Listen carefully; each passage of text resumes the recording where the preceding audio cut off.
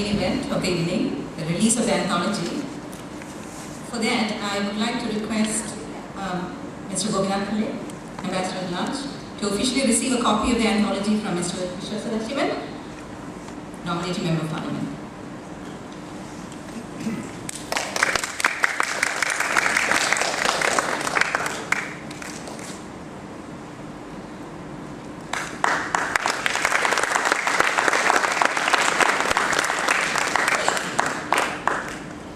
Would you like to speak to that side?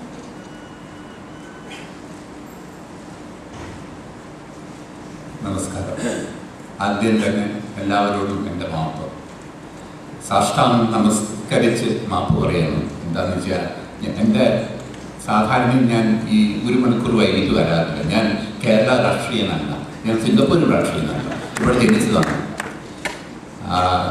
ഞാൻ 4:30 മണിക്ക് കണക്കാക്കിയിട്ട് വന്നു തുടങ്ങിയതാണ്.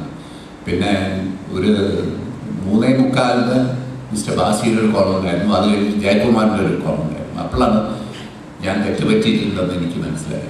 ഇങ്ങനെ ഒരു നല്ല ദിവസം ഇങ്ങനെ ഒരു തെറ്റ് വന്നതിന് എനിക്ക് കേൾക്കുന്നത് എന്താണെന്ന് വെച്ചാൽ മിസ്റ്റർ ബാസി വളരെ സ്പെഷ്യലായിട്ടുള്ള ഒരാളാണ്.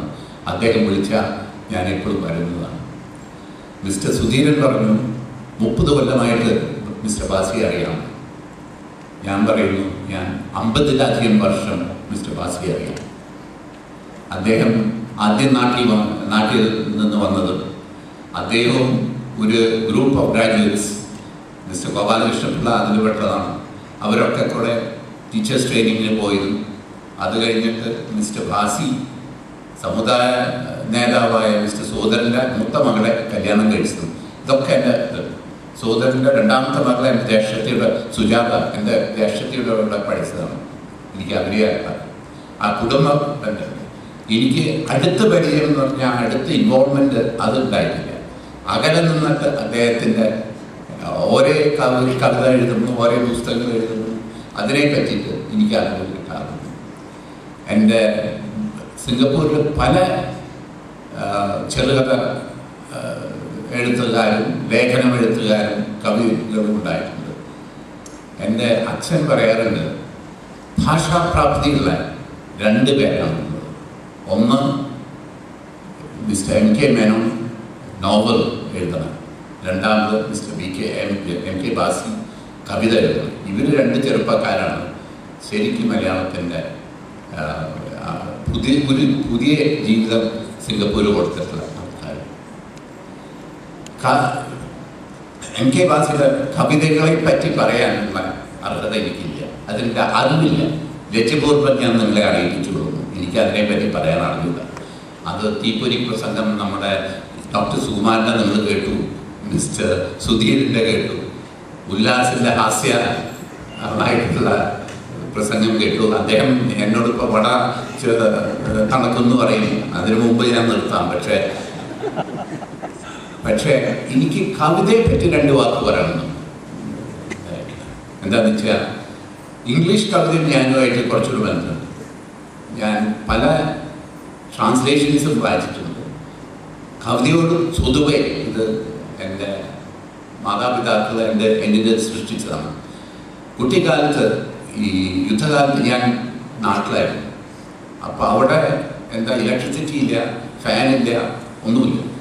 പ്രത്യേകിച്ച് ചൂടുകാലത്ത് നേരത്തെ കിടന്നിട്ട് കാര്യമില്ല, ഉറക്കം വരില്ല ചൂടുകാലം. അപ്പോൾ എല്ലാവരും ഇരുന്നിട്ട് അക്ഷരശ്ലോകം ചെയ്യും. അതിൽ കൂടെ എനിക്ക് കവിതകളോട് ഒരു ഇഷ്ടം. അത് കുറച്ച് കഴിഞ്ഞപ്പോൾ അത് ഇംഗ്ലീഷ് കവിതകളോടായി. ഞാൻ പല കവിതകളും അവിടെ ഇവിടെ എനിക്ക് ഓർമ്മയുണ്ട്. അപ്പം ഞാൻ സാധാരണ കവിയുടെ ശക്തി എന്താണെന്നുള്ളതാണ് എനിക്ക് പ്രശ്നം. ഈ വേർഡ്സ്വർത്ത് പറഞ്ഞിട്ടുണ്ട് എന്താ കവിത, spontaneous overflow of powerful feelings. അദ്ദേഹം വേറെ ഒരിടത്ത് പറഞ്ഞിട്ടുണ്ട് ഇത് ഒരു എക്വയർഡ് ടാലൻ്റാണ്. എന്താണെന്ന് വെച്ചാൽ ജനനാലെ കിട്ടണതല്ല, അധ്വാനിച്ചുണ്ടാക്കുന്നതാണ്. എന്നോട് ചോദിക്കുകയാണെങ്കിൽ അത് ജനനാലെ കിട്ടുന്നതാണ്.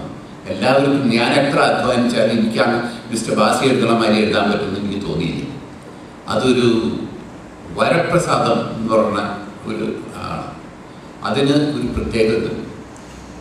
പണ്ട് ഞാൻ എഴുതിയിട്ടുള്ള പണ്ട് ഞാൻ വായിച്ചിട്ടുള്ള ഒരു ഇംഗ്ലീഷ് പോയം എനിക്ക് ഓർമ്മ വരുന്നുണ്ട്. പക്ഷെ അത് ഞാൻ പറയാൻ അതിൻ്റെ വാക്കുകൾ എനിക്ക് അറിഞ്ഞൂടാ. അതിൻ്റെ കഥ എന്തായിരുന്നു എന്ന് വെച്ചാൽ അതാണ്, ഒരു വെറാൻഡയിൽ നിന്നിട്ട് ഒരാൾ കുറച്ച് കാശ് ഒരു ഭിക്ഷക്കാരന് കൊടുക്കുകയാണ്. അപ്പം എന്നിട്ട് കവി പറയണം, ആ കൊടുക്കുന്ന ആൾ ഞാനല്ല, എനിക്ക് വേണമെങ്കിൽ ഞാനാവാം, ആ ഭിക്ഷക്കാരൻ ഞാനല്ല, ആ നാണയം ഞാനല്ല, പക്ഷേ ഞാൻ ഇന്ന് ആ വെറാൻഡ ഞാനാണ്. എന്താണെന്ന് വെച്ചാൽ ഞാൻ എഴുതിയ കവിതയാണ്, ആ കവിതയുടെ പവർ എൻ്റെയാണ്. അപ്പോൾ കവിക്ക് അത് തീർച്ചയാക്കാം. എന്താണ് ആ ഒരു പവറുണ്ട്. അതിൻ്റെ കൂടെ കവിക്കൊരു ദൂരദർശി. ഇത് ഞാൻ ചെറിയ കുട്ടിയായിരിക്കുമ്പോൾ ഒരു കവിത എനിക്ക് ഓർമ്മയില്ല. 1947 ഇന്ത്യക്ക് ഇൻഡിപെൻഡൻസ് കിട്ടിയപ്പോൾ എൻ്റെ അച്ഛൻ്റെ പത്രം കേരളബന്ധു ഒരു സ്പെഷ്യൽ എഡിഷൻ ഉണ്ടായിരുന്നു. അതിൽ അവിടെ അപ്പം ജോലി എടുക്കുന്ന ഒരാളുണ്ടായിരുന്നു, മിസ്റ്റർ R.C. നായർ എന്ന് പറഞ്ഞിട്ട്. അദ്ദേഹം മരിച്ചുപോയി. അദ്ദേഹം ആ ഇന്ത്യൻ കൊടിയെ പറ്റിയിട്ട് അതിൻ്റെ ഒരു വർണ്ണനയായിട്ടുള്ള ഒരു കവിതയുണ്ട്. അതിൻ്റെ ഒരു ലൈൻ എനിക്ക് ഓർമ്മയില്ല, 2 ലൈൻ ഒഴിച്ച് പറയുന്നതുമില്ല. അപ്പോൾ പ്രത്യേകിച്ച് അദ്ദേഹം ആ വെളുത്ത നിറം അതിലുള്ള ചക്രത്തിൻ്റെ വർണ്ണിച്ച് അത് കഴിഞ്ഞിട്ട് അദ്ദേഹത്തിൻ്റെ 2 വരികളുണ്ട് ഇപ്പോഴും എൻ്റെ മനസ്സിൽ പതിഞ്ഞു കിടക്കുകയാണ്. എന്താണെന്ന് വെച്ചാൽ, ചുവപ്പും പച്ചയും ചേർന്ന് ആക്രമിക്കാതെ നോക്കണം. 47 പാകിസ്ഥാനും ചൈനയായിട്ടൊരു ബന്ധമുണ്ടാവുമെന്നും കൂടി ആരും വിചാരിക്കില്ല. പക്ഷേ ഈ കവിക്ക് അത് ആലോചിക്കാനുള്ള ഒരു അതേമാതിരി ഞാൻ ഇറാനിൽ പോകുമ്പോൾ ഒരിക്കൽ രണ്ടാമത്തെ അവിടെ ഒരു സംഘടനയുണ്ട്, association for the advancement of Islam. അപ്പം ഞാൻ അവരോട് ഫോറിൻ മിനിസ്റ്ററോട് പറഞ്ഞു എനിക്ക് അതിൻ്റെ ചെയർമാനെ കാണുന്നു. അപ്പോൾ അവരതിൻ്റെ അറേഞ്ച്മെൻറ്റ് ചെയ്തു. ഞാൻ അവിടെ പോയി. അദ്ദേഹം അവിടെ ചെന്നപ്പോൾ ഒരു അത്ര വയസ്സായിട്ടില്ല, എന്നെക്കാട്ടും ചെറുപ്പമാണ്. അദ്ദേഹം എന്നെ വെൽക്കം ചെയ്തു. എന്നിട്ട് ചായ സൽക്കാരം അതൊക്കെ കഴിഞ്ഞിട്ട് അദ്ദേഹം വേറൊന്നും പറഞ്ഞില്ല. അദ്ദേഹത്തിൻ്റെ അസിസ്റ്റൻറ്റിനോട് ഒന്ന് എന്തൊരു സാധനം കൊണ്ടാണ് എന്താണെന്ന് എനിക്ക് മനസ്സിലായില്ല. വളർന്നപ്പോൾ ഒരു വലിയൊരു പുസ്തകം, വളരെ ഒരു നീണ്ട വലിയ ഇതായിട്ടുള്ള പുസ്തകം.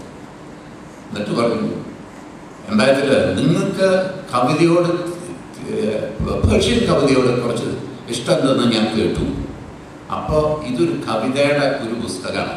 ഇത് ഒമർ ഖയാമിൻ്റെ translation in English, French and the original in Persian, 3 ഭാഷയിൽ എഴുതിയിട്ടുള്ള ഒരു പുസ്തകം.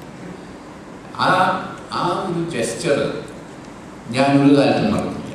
എന്താണെന്ന് വെച്ചാൽ, കവിതയെ കൂടെ നമ്മുടെ ബാക്കി എന്ത് വ്യത്യാസങ്ങളും മാറ്റി നിർത്തി നമുക്ക് ഒരു കവിക്ക് വേദന എത്ര സമൂഹം എത്രത്തോളം വേദനിക്കുന്നതെന്ന് അറിയാൻ പറ്റും, എത്രത്തോളം സന്തോഷിക്കുന്നതെന്ന് അറിയാൻ പറ്റും, പ്രകൃതിയുടെ സൗന്ദര്യം കാണാൻ പറ്റും. ഇത് സാധാരണക്കാർക്ക് പറ്റാത്തതാണ്. അതാണ് മിസ്റ്റർ ബാസി എന്നോട് പറഞ്ഞു ഗസ്റ്റ് ഓഫ് ഓണർ ആവണം. അപ്പം എൻ്റെ മനസ്സിൽ എനിക്ക് തോന്നി, മിസ്റ്റർ ബാസി ഈ കവിതകളൊക്കെ എഴുതുന്ന ഒരാളുടെ മുമ്പിൽ എന്ത് ഗസ്റ്റ് ഓഫ് ഓണർ, പകുതിയും പണം ഈ സ്റ്റേറ്റസ് അല്ലെങ്കിൽ ഓഫീസ് ഇതൊക്കെ നാളെ പോകും. പക്ഷേ നമ്മുടെ കയ്യിലുള്ള ഒരു ടാലൻറ്റ് ഇപ്പോഴും ഉണ്ടാകും. അത് മിസ്റ്റർ ബാസി കയ്യിൽ എപ്പോഴും ഇരിക്കട്ടെ എന്ന് വിചാരിച്ച് പ്രാർത്ഥിച്ച് ഞാൻ നിങ്ങളോട് എല്ലാവരും നന്ദി പറയാം.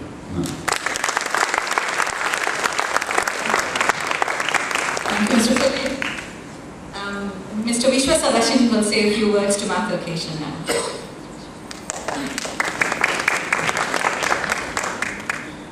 I shall not even attempt to speak in Malayalam after all the lovely speeches. I love poetry. I've always loved poetry. I've made a few attempts at writing poetry myself. And as Mr. Pillai highlighted just now, poetry goes beyond the technical aspects of rhyme, rhythm, and so on. Those are important in some ways. But for me, it is the impact it has on your spirit, on your soul, when you read it. You know, I quote again Wordsworth, you know, very apt comment. Spontaneous overflow of powerful emotions. That's what it is. It has to be spontaneous, it's got to feel like an overflow, and it's got to be powerful, and it's got to be emotional. And if it has all the technical perfection, but it does not connect with you at a personal level, for me, it fails to be a good poetry, good poem. I'd like to share with you a particular poem, English poem, called The Collar, C-O-L-L-A-R, collar. You know the collar that the Catholic priest wears? The poem is called The Collar, is written by an English poet called George Herbert. It's one of the poems that really struck a chord with me. Written in tempered language, but powerful emotions. It's about George Herbert, who was a priest, who at some point in his priesthood lost faith in God.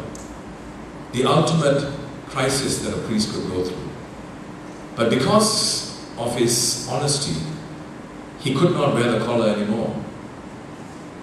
So he removed the collar and went in search of what was the basis of his questioning the existence of God. He questioned the existence of God. And after a long search, he found the answer. And he came back and he put the collar on again, except that this time the collar fit a lot better. The powerful point that this poet is trying to make is, don't do things without introspection, without knowing why you're doing it. Don't do it just because your parents have told you to do it. You see what I mean? That's the message I got. Do it after struggling, thinking about it. It is less efficient. But once you've struggled and understood yourself why you're doing it, you will do it a lot better with deeper conviction. It becomes a lot more meaningful. That's the message I got from reading it. That is the beauty of poetry, because 3 different people can read the same poem and take away 3 different messages. Because that message is personal to your life experience.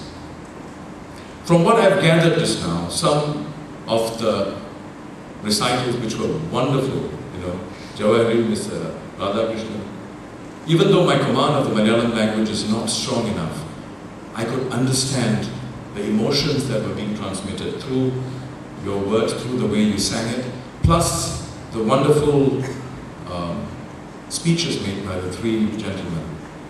I've come to understand the poetry a lot better. The poetry of Uncle Bhasi a lot better.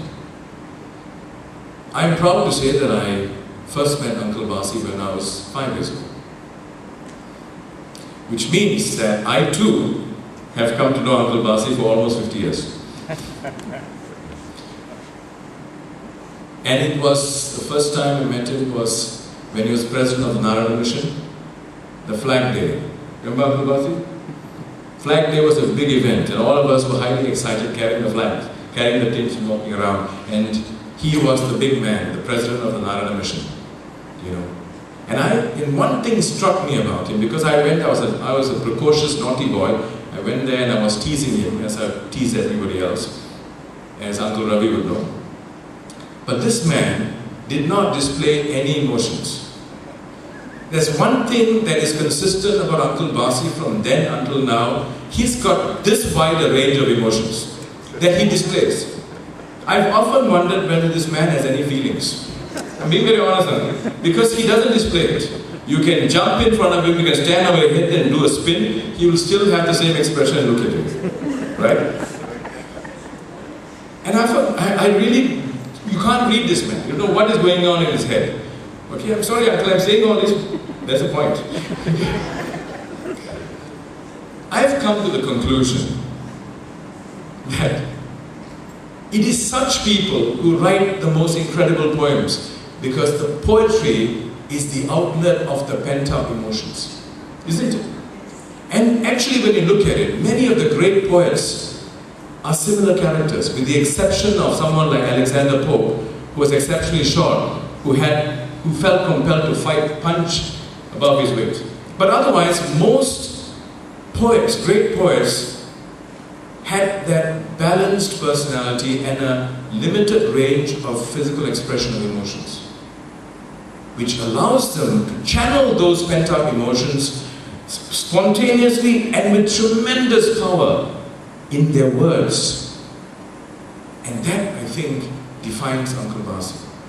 He's not a man without emotions. He's a man with very, very deep emotions.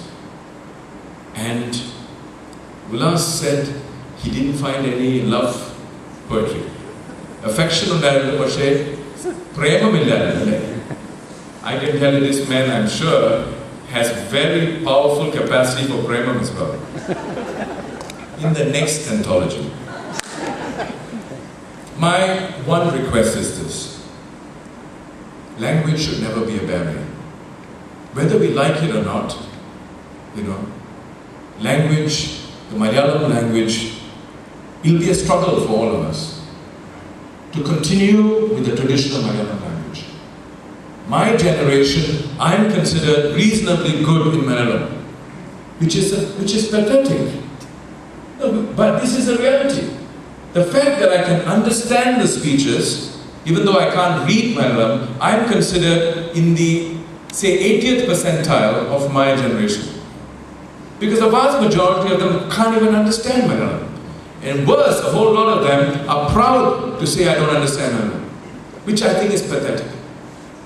But we can't turn the clock back, much as we must try, and some of us are trying, and I appreciate that. But the reality is this: we must not lose the capacity to appreciate the culture. Language is a powerful vehicle for that culture. But if language becomes